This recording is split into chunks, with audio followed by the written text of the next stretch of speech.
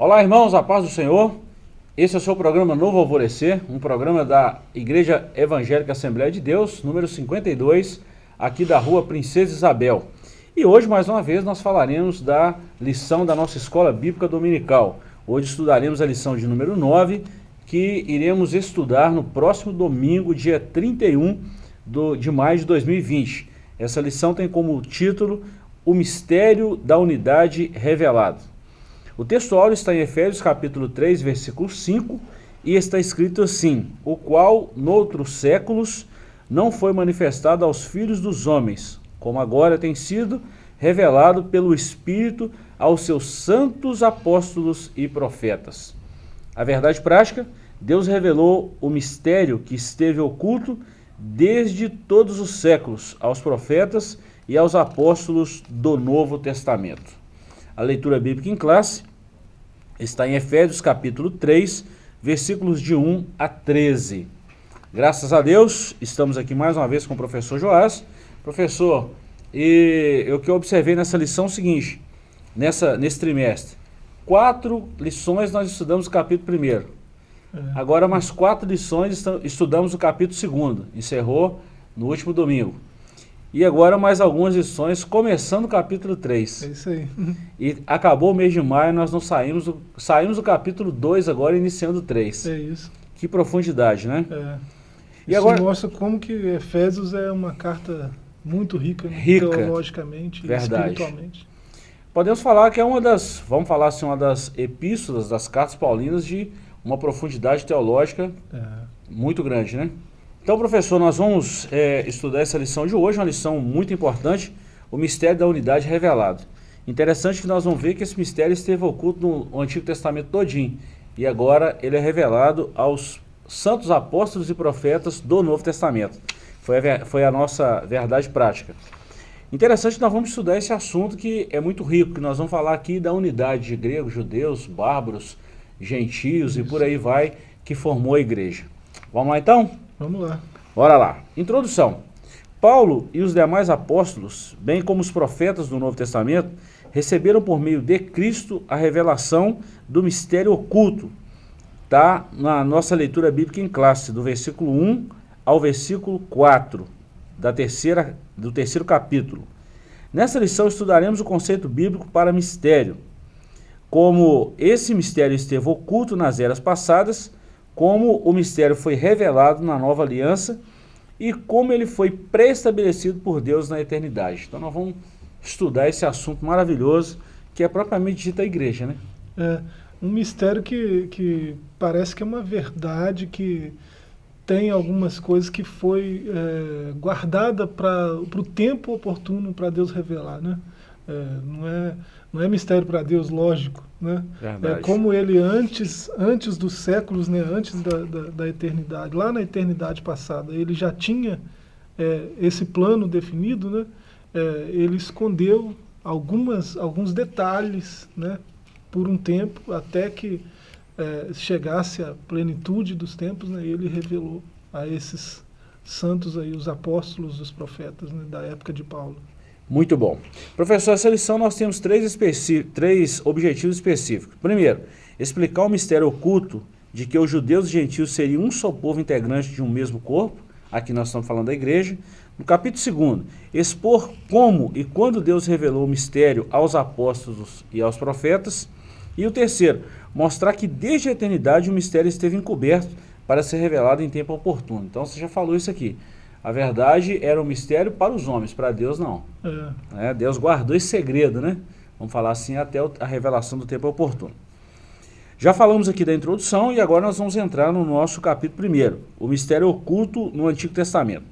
Os gentios ignoravam as promessas e os judeus pensavam serem os únicos beneficiários delas, porém ambos desconheciam o mistério que esteve oculto. Então os gentios não conheciam, desacreditavam. Os judeus pensavam que éramos o único povo exclusivo dessa promessa. E acabou que ninguém sabia era nada, né? Parece que essa revelação de Deus aí, nessa era apostólica, verdades que Deus tinha em detalhes, né, escondido das eras passadas, né, dos apóstolos do passado, né? E apóstolos, melhor, profetas, né? Os profetas do passado. E assim, o seu povo mesmo, especificamente, né? O povo de Israel, Deus manteve isso escondido. Agora, é importante a gente entender que, ainda que a verdade como um todo, né, detalhes desse mistério estivessem escondidos por Deus, houve, durante toda a história, né, desde Gênesis, houve algumas pessoas a quem Deus deu alguns lampejos dessa revelação, né, e isso foi registrado nas Escrituras. Então eles não tinham um quadro geral, a revelação completa, como Paulo e os apóstolos, os profetas da sua época tiveram, né, mas no passado alguns lampejos, né, alguma partícula de revelação aqui e ali, né, foi registrado nas Escrituras para o nosso conhecimento, né? E nós vamos estudar sobre isso, né? Isso. O tanto que isso está implícito e explícito no Antigo Testamento todinho, como você já falou, alguns lampejos, né, algumas, vamos falar assim, aqueles pinga-gota da revelação, né? E a forma que isso foi assim, totalmente revelado no Novo Testamento, através dos apóstolos e dos profetas do Novo Testamento. Vamos lá, ponto 1. O conceito bíblico de mistério. Do grego mysterion, a palavra mistério significa segredo ou doutrina secreta. Indica alguma verdade divina que esteve oculta e passou a ser conhecida. Não se refere a algo misterioso que somente alguns poucos iniciados possam compreender, como ensinava alguns dos adeptos do falso misticismo. Pelo contrário, no cristianismo significa uma verdade que esteve encoberta e agora foi desvendada em benefício de todos. Então nós vemos aqui que não tem nada de misticismo, de ocultismo. Aqui não... Eu vou até usar um termo, professor, se eu estiver errado, você me corrige. Mas o que a gente fala é que não era o tempo dessa revelação. Por isso que Paulo fala plenitude dos tempos. Não era o tempo para essa revelação. E no Novo Testamento, sim, foi o tempo. Sim, você imagina uma criança recém-nascida e ela tem fome, e você sabe que recém-nascido com fome, como é que reage, né? Como que eles reagem à fome, todo mundo sabe como que é. Aí você imagina, você chega e coloca um prato de arroz e feijão na frente dele, com um garfo, uma colher, uma faca, né, um bifão lá. O que ele vai fazer com isso? Nada, né? Verdade. Porque ele não tem a revelação completa, né? Ele ainda vai passar pela papinha, ainda vai passar por um monte de fases até chegar ao bife, né? Até ele poder lidar com o bife, com o arroz e feijão, né? Então, talvez a revelação de Deus, assim, Deus guardou o bife para o final, né? O bife lá para o tempo certo, né? Verdade. E por isso foi dessa maneira que foi, né? Foi aos poucos, pinga-gotas, né? E aos poucos, até chegar o tempo de revelar tudo. Isso é muito interessante, essa metáfora que você usou.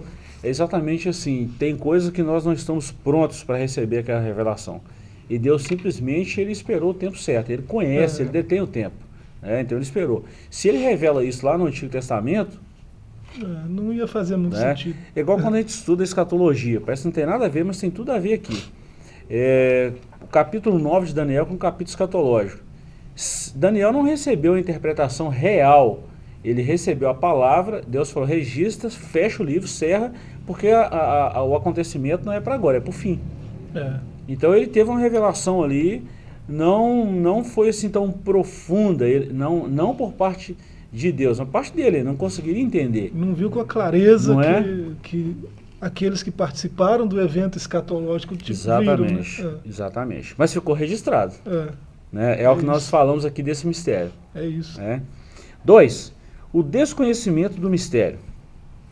Para compreender em sentido, o mistério esteve oculto desde outras gerações. É preciso pôr em foco o advérbio como, que aparece nos textos com valor circunstancial.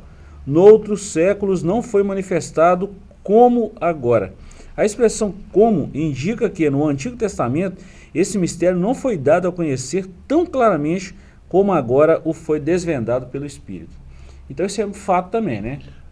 Não é que ninguém tomou conhecimento desse mistério da unidade, né? Não é que ninguém no passado tomou conhecimento de que Deus queria fazer dos gentios o seu povo também, né? É que eles não tiveram esse conhecimento como o apóstolo Paulo e os profetas da sua época tiveram. Verdade. Né? Eles estão vivendo na plena inauguração do reino, né? Eles estão vendo acontecer. Né? Então, lá no passado, né, se você ler o profeta messiânico Isaías, é onde é mais claro essa intenção de Deus de salvar os gentios. Né? Eu anotei algumas passagens, Isaías 11, verso 1 ao 10, Isaías 42, do 1 ao 5, 52, 15, 65, 1. Né? Isaías, ele tem bastante disso, dessa intenção de Deus de fazer dos gentios o seu povo, como Israel era seu povo. Né? Verdade. Então, não é que eles não sabiam, é que eles não sabiam da maneira como Paulo ficou sabendo. Né? Não viam com tanta clareza. Né? Eu vou fazer uma outra analogia aqui. É como que antigamente, né, para quem tem mais dos 40 aí, né, como que antigamente usasse uma luz de lamparina e hoje nós temos refletores. Não, ilumina um estádio inteiro. Né? Não é? Uma lamparina clareava só um pouquinho aqui, ó. Já um refletor ilumina aí um espaço para 50, 60 mil pessoas. Basicamente nós estamos falando em termos de revelação. Né? E outra coisa, Deus também precisava construir um cenário, não por causa dele, Deus, é por causa de nós, seres humanos. Isso, nossas limitações. Exatamente, nós estamos falando de um Deus ilimitado para um ser humano que tem uma mente limitada. Então ele precisava, vamos falar assim, triturar esse alimento para chegar até a nós. Preparar o terreno, né? Exatamente. Pôr as bases, como nós vimos na lição passada, né? Exatamente. Pôr os fundamentos. Agora, interessante que eu fico olhando, professor, como que Deus é criterioso na sua palavra, como Deus vela a sua palavra para manter isso aí. Você falou de Isaías aí, 700 anos antes de Cristo, e ele já citou isso aí, né? Um povo que andava em trevas viu uma grande luz. Muito, muito forte isso, né? Forte. Muito forte. Beleza. Vamos no ponto 3 então, o mistério e os profetas da Antiga Aliança. Os escritores do Antigo Testamento não apenas conheciam a respeito das bênçãos prometidas aos gentios, eles fizeram menção delas. O que esses profetas não sabiam era como isso aconteceria, como Deus faria algo totalmente novo, que as barreiras raciais e religiosas seriam rompidas por meio de Cristo, que judeus e gentios seriam um só povo, integrante de um mesmo corpo, a igreja, o mistério oculto. Interessante, professor, que se a gente falar isso, pegar lá de uma forma cronológica, né, de uma forma bíblica, do jeito que está na nossa Bíblia, se a gente pegar o último livro do Antigo Testamento, Malaquias, e expressasse uma forma como iria acontecer a questão da igreja, por isso que os profetas eram taxados como loucos também em alguns pontos, né? O que eles falavam não se tinha a compreensão assim no momento que eles falavam, né? E parecia mesmo uma coisa de outro mundo, parecia loucura mesmo, né? Esses livros proféticos, então, né? Se você lê Apocalipse, por exemplo, né? Os maiores especialistas em escatologia divergem muito assim sobre alguns textos de Apocalipse, porque é muito alegórico, né? Tem muita figura de linguagem, tem muita comparação, né? Então, essa revelação, o apóstolo Paulo ele usa no verso 3 aqui, né, duas palavrinhas, né, o mistério e a revelação. Né? O mistério a gente já entendeu aqui no próprio comentário, né, que é aquela verdade que tem detalhes que precisam ser preservados até o momento certo de ser mostrado, porque a pessoa mesmo não saberia lidar com aqueles detalhes. Né?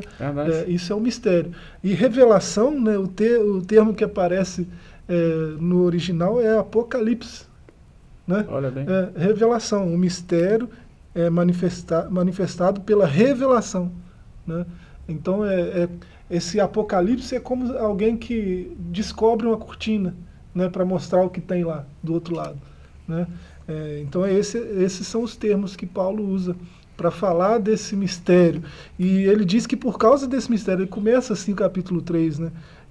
Por esta causa, eu, Paulo, sou prisioneiro de Jesus Cristo por vós, os gentios. Né? Ele deixa claro que, possivelmente aqui é prisão em Roma, né? A gente viu isso lá na primeira lição, é bem possível que seja prisão em Roma.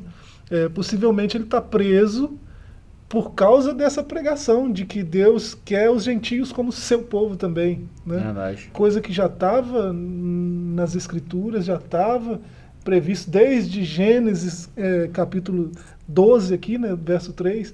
Aí tem Gênesis 18, 22, 18, né? Tem aqueles textos todos. Lá em Gênesis ainda, né, a intenção de Deus de salvar todas as nações, todas as famílias, né, chamá-los de seu povo. E Paulo pregando isso, mostrando, porque ele pregava mostrando pelas Escrituras, né? Ele disse isso lá aos Coríntios: eu não vim até vocês com palavras de persuasão. Paulo podia falar para filósofos com tranquilidade, né? Mas ele pregou para eles: ó, eu não vim com palavras de persuasão humana, palavras de sabedoria, não, mas com escritura, né? Com poder e com sinais, né? Ele veio, a pregação dele era Bíblia. Verdade. A pregação dele era baseada nas Escrituras. E os sinais evidenciavam que ele estava falando verdade, né? Então, é tão interessante isso quando você fala de... Nós já falamos isso aqui várias vezes. Ontem a irmã Norma falou, num comentário, né? Quero só replicar o que ela falou, que a pregação não pode ser... A nossa fé, na lição passada nós estudamos isso, ela não pode ser baseada em numa filosofia. O fundamento da nossa fé é Cristo, é a própria palavra. Então, se a gente for analisar, Paulo é bem contemporâneo a alguns filósofos bem, vamos falar assim, conceituados. Né? E conhecia profundamente, né? Dá para ver que ele conhecia profundamente. Mas assim, ele falou... né? Ele pregava a Bíblia. Olha bem, professor, ele falou uma certa feita que o conhecimento que ele tinha desses... vamos falar assim, o conhecimento secular que ele tinha era comparado a esterco. Ele falou isso, né? E ele colocava a palavra de Deus acima de todo o conhecimento que ele tinha conquistado ali, o conhecimento secular, dessa filosofia e tanta história e tantas outras coisas que ele passou muito tempo estudando. Eu não estou desmerecendo isso, eu estou dizendo que em comparação com o mistério, com a revelação máxima de Deus, que é a sua palavra, isso não tem comparação mesmo não. Claro. Isso não pode nem se comparar. Né? Isso é muito bom. Por que a gente está falando isso? É para todos, inclusive os nossos ouvintes, entenderem a importância que é a palavra de Deus, a revelação da palavra de Deus. Né? E há mistérios na própria Escritura, né, que com a sabedoria humana, com a filosofia humana, você não tem a revelação, você não tem o entendimento do que precisa ser. São mistérios que são espirituais, precisa de revelação espiritual. Precisa ter intimidade com Deus, com o Espírito Santo, para saber do que a Escritura está falando. Né? Deus vela tanto pela palavra dele. Tem dois textos que eu quero citar aqui, a gente encerra esse capítulo primeiro aqui. Dois textos. Primeiro é Jeremias 1,12, que o próprio Deus fala: eu velo sobre a minha palavra para fazer cumprir. Ponto. E um segundo texto que eu quero compartilhar é Salmo 138, versículo 2 também. Esse texto, o próprio Deus fala: porque puseste a tua palavra acima do teu nome. Ou seja, a palavra de Deus é superior. Sim. Então a gente vê assim, o tanto que Deus vela pelo cumprimento da sua palavra. E isso é de uma importância muito grande destacar. Não tem nada nessas páginas, né, que não seja digno de total e plena confiança. Né? Verdade. Qualquer coisa que a gente lê aqui é digno de aceitação e você pode confiar 100% que vai dar certo. E glória a Deus por isso. Né? Vamos lá, professor, capítulo 2, nosso tempo não para. Nós vamos falar agora do mistério revelado no Novo Testamento. O que era oculto no Antigo Testamento foi revelado no Novo. Então nós vamos falar em 3 subtópicos também. Primeiro, revelado aos apóstolos e profetas. Segundo, o mistério oculto revelado. E o terceiro, a magnitude do mistério. Revelado aos apóstolos e profetas. Ao fazer a abertura do capítulo 3 de Efésios, Paulo destaca a sua condição de prisioneiro, o processo de sua vocação e como lhe foi esse mistério manifestado pela revelação. Em passagens correlatas, Paulo deixa claro que não recebeu o seu apostolado de homem algum. Ele fala isso muito em Gálatas. Que a doutrina que ensinava não aprendeu com nenhum homem. Também ele cita Gálatas. E que ao ser enviado aos gentios não consultou homem algum. Também ele cita Gálatas. Significa dizer que a chamada, a doutrina e a comissão lhe foram divinamente confiadas pela revelação de Jesus Cristo. E ele também citou Gálatas. Gálatas 1:1, 1:11, 1:16 e 1:12. Agora, olha o texto que ele fala em Atos. O apóstolo assegura ainda que o mistério oculto foi revelado pelo Espírito de Deus a ele e aos demais apóstolos e profetas. Isso a gente vê duas citações, Atos 11:4, 17, Atos capítulo 11, versículo 4 ao 17 e o versículo 27. A gente vê essas citações. Interessante que esse mistério foi revelado exatamente por causa do tempo oportuno. Por falar em tempo, eu quero fazer uma colocação aqui e quero te passar para você comentar sobre isso. Existem duas conotações de tempo, que eu gosto sempre de falar isso lá no Antigo Testamento. E para mim, uma das melhores conotações de tempo que eu já li na Bíblia é Eclesiastes 3. Eclesiastes 3, nós vemos ali duas conotações de tempo, o Cronos e o Kairos. Ou seja, o nosso tempo, que horas são agora, nosso tempo, na nossa limitação humana, Cronos. E o Kairos, que é agir no tempo de Deus.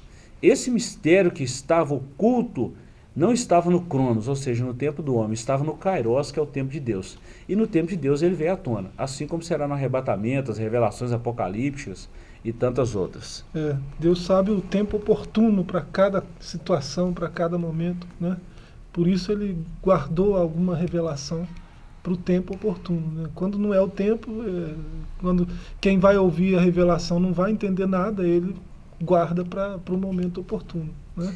Eu volto na analogia que você fez, essa questão lá no passado, né? Essa analogia que você comparou muito bem. Se der um prato de arroz com feijão, um bifão para um menino, não vai fazer nada com ele. Ou seja, ele não vai saber o que fazer e vai continuar com fome do mesmo jeito. É interessante essas citações de Atos aqui, né? O papel do Espírito Santo na revelação. Exato. Né? Isso aqui a gente não pode deixar passar batido também. Por que ele, lá em 1 Coríntios 2,4, essa é a referência também, né? Por que lá em 1 Coríntios 2,4, né, a minha linguagem, a minha pregação não consiste em palavras persuasivas de sabedoria, mas em demonstração de espírito de poder, para que a vossa fé não se apoiasse na sabedoria dos homens, mas no poder de Deus. Né? E o texto de Atos 11, 4 ao 17 e 27, né, você vê que a revelação ela veio por causa do agir do Espírito Santo. Mérito humano nenhum, né? Sem o Espírito Santo não haveria possibilidade do homem, na sua própria sabedoria, com seu próprio entendimento, né, recorrendo à sua própria filosofia, alcançar essa revelação. Não teria como. Né?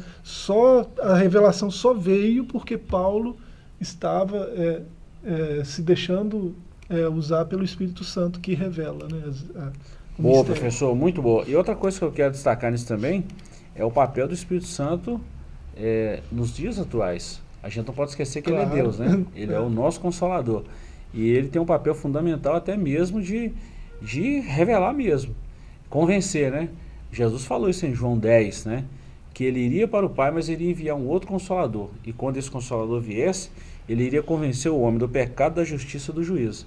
Então é o Espírito Santo que em nós ouvirmos a palavra, o Espírito Santo ele usa a palavra para nos convencer disso aí.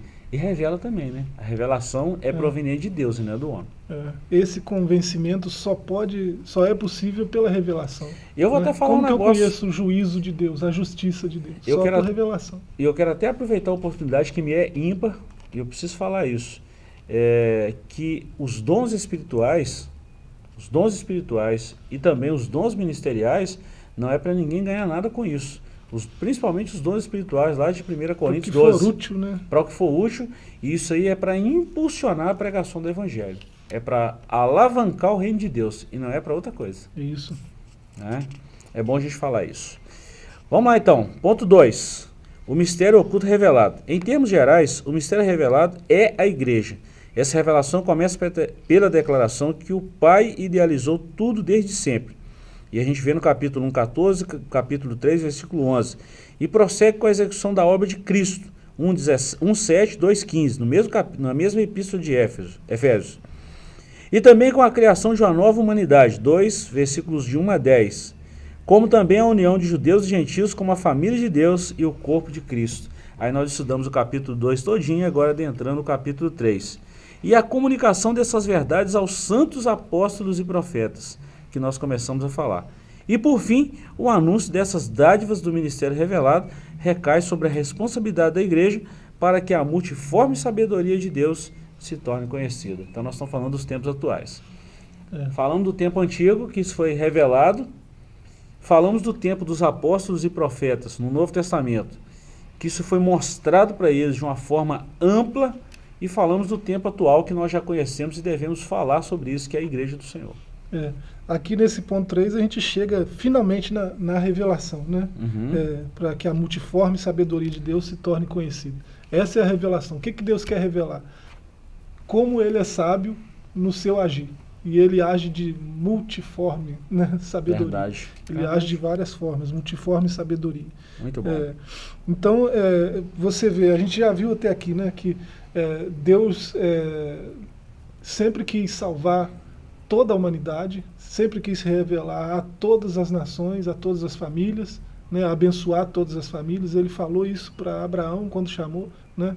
Ali em Abraão ele começou um povo, né, elegeu um povo para isso, para fazer a sua sabedoria conhecida de todas as nações. Esse povo parece que falhou um pouco nesse aspecto, porque ficou com Deus só para ele, né? Foi exclusivista na sua adoração e parece que esse papel evangelizador, né, de mostrar a glória de Deus para os de fora, ficou meio que esquecido.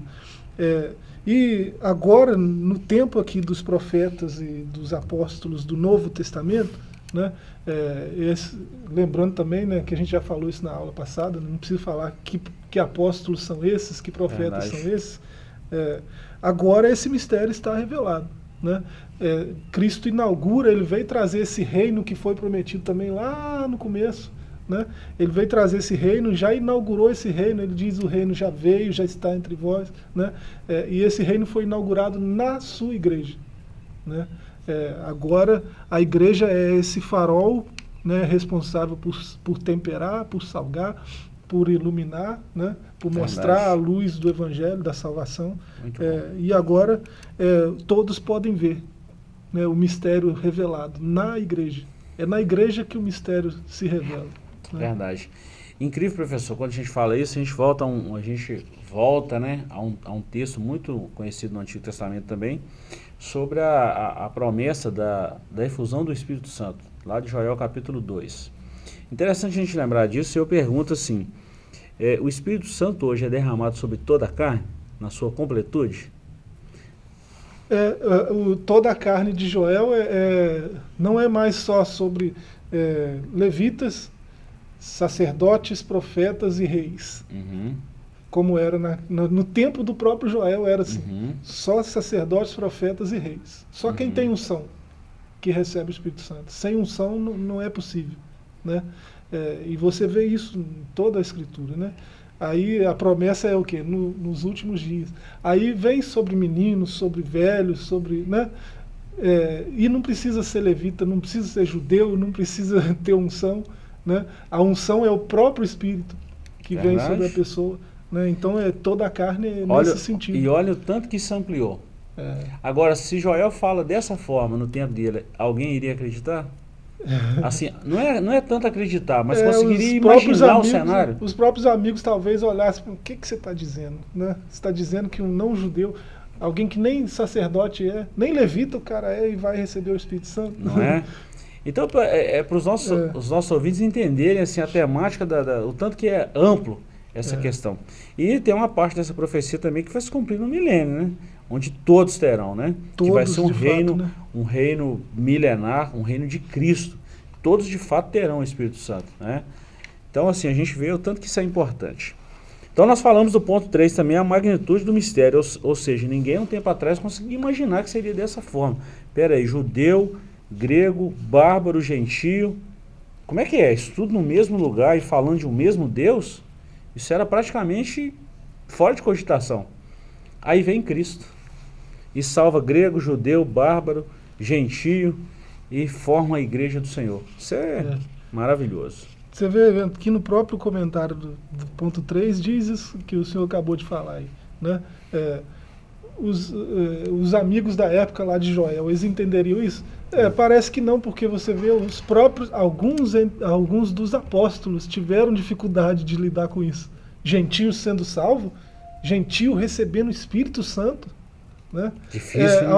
Alguns até apóstolos se escandalizaram com isso. O próprio Pedro, né? O próprio apóstolo Pedro teve dificuldades com isso. Então, você vê que a revelação, ela, na época que ela está acontecendo, ela ainda foi assim, muito grande, né? Foi de uma magnitude...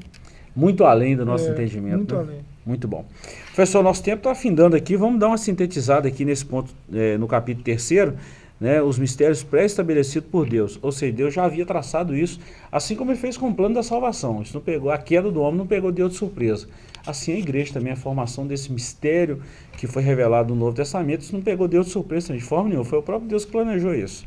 Mas nós temos aqui 3 tópicos e eu queria que a gente sintetizasse para a gente encerrar esse programa de hoje. Primeiro, as riquezas insondáveis de Cristo. Isso aqui nós estamos estudando desde a lição de número 1, que essas riquezas são imensuráveis, né? E a gente fala aqui da igreja. Alguém imaginaria o quão importante, o quão insondável seria esse mistério? O ponto 3 aqui vai ser um reforço disso tudo que a gente já falou, né? Por isso dá para a gente fazer essa síntese dos 3 pontos aí, né? As riquezas insondáveis de Cristo, né? Aquela perfeição, né? Aquela perfeição do ministério que estava escondido em Deus, né? O plano de Deus para a sua igreja, né? Para a inauguração do seu reino, né? Isso tudo a gente já vê em atividade até hoje, né? Verdade. Os papéis da igreja mostram isso, né? Que é mostrar como Deus é sábio, como Deus é grande, como Deus é maravilhoso no seu agir, né? Verdade. A igreja que revela isso ao mundo. Verdade. E o propósito de Cristo era fazer isso, né? Cristo veio, né, para trazer salvação, e com isso ele veio também inaugurar esse reino que um dia vai ser, como o senhor falou, no milênio, né? Um dia vai ser efetivamente, né, sobre toda a carne, todas as nações, né? Um dia todo joelho vai se dobrar diante do seu poderio, né? Mas por enquanto, né, a sua igreja, esse reino funciona na sua igreja, né? E o plano divinamente pré-estabelecido, né, a gente já viu qual era o plano, né? Esse plano diz respeito à sua igreja. Então aqueles que respondem de forma positiva à salvação que ele ofereceu, né, à sua igreja, né, nessa igreja que esses mistérios são revelados, né, esse mistério da unidade é revelado, e é nessa igreja que o plano mesmo de fato acontece, que é qualquer um, em qualquer tempo, pode se achegar ao trono da graça, ao trono do próprio Deus, né, com confiança, com ousadia, sem temor nenhum, né, temor naquele sentido de medo, né? Mas com reverência, lógico, né? Às vezes a gente tem que ter cuidado, né? Porque, às vezes alguém pode entender diferente. O temor ainda faz parte de quem se aproxima de Deus, né? Verdade. E assim, mas essa ousadia de chegar sem medo. O caminho está livre, aberto, está né? aberto, não tem mais véu, não tem mais barreira, não tem mais muro de separação. Muito bom. Professor, o que nos resta então é encerrar a nossa lição e dizer o quanto é importante a gente fazer parte da igreja, esse mistério que estava oculto. Né? A igreja é onde esse mistério acontece, né? Em muitos lugares a igreja é chamada de comunidade, né? E se você ler 1 João 1,7, por exemplo, você vê que esse termo é muito apropriado à igreja, que é onde a unidade é algo comum, né? Verdade. Comunidade é onde a unidade é comum. Só na igreja isso é possível, né? A gente vê clubinhos aqui e ali, que isso, às vezes há uma unidade de fachada, né? Mas na igreja não, a unidade da igreja é comum no meio da igreja, né? E interessante, professor, que isso só acontece por causa do Espírito Santo que está no nosso meio. Isso, ele que dá a liga, né? É ele que dá a liga, né? Graças a Deus. Conclusão. O mistério da igreja esteve oculto nas gerações passadas. No tempo estipulado, Deus revelou o seu eterno propósito aos apóstolos e aos profetas. Judeus e gentios estavam inseridos nesse mistério idealizado por Deus. Tal mistério, agora revelado, deve ser anunciado pela própria igreja, conforme os desígnios divinamente pré-estabelecidos desde a eternidade. Fechamos então, né? É isso. É isso aí. Queremos te agradecer pela companhia de sempre. Vamos continuar orando por essa situação de pandemia que estamos vivendo, vamos continuar orando pelos profissionais da saúde que estão envolvidos na linha de frente e vamos continuar pedindo a Deus que sempre esteja conosco, né? Ele sempre está, mas é um dever nosso orar, intensificar a nossa oração nesse momento difícil. Quero dizer a você que a Igreja do Senhor está orando e quero que você conte com as nossas orações. Se você tiver um pedido de oração, pode nos mandar através das nossas mídias sociais, do Facebook, do Instagram, até mesmo do YouTube. E fique ligado nas nossas programações, ok? Deus te abençoe, um forte abraço e até o nosso próximo encontro.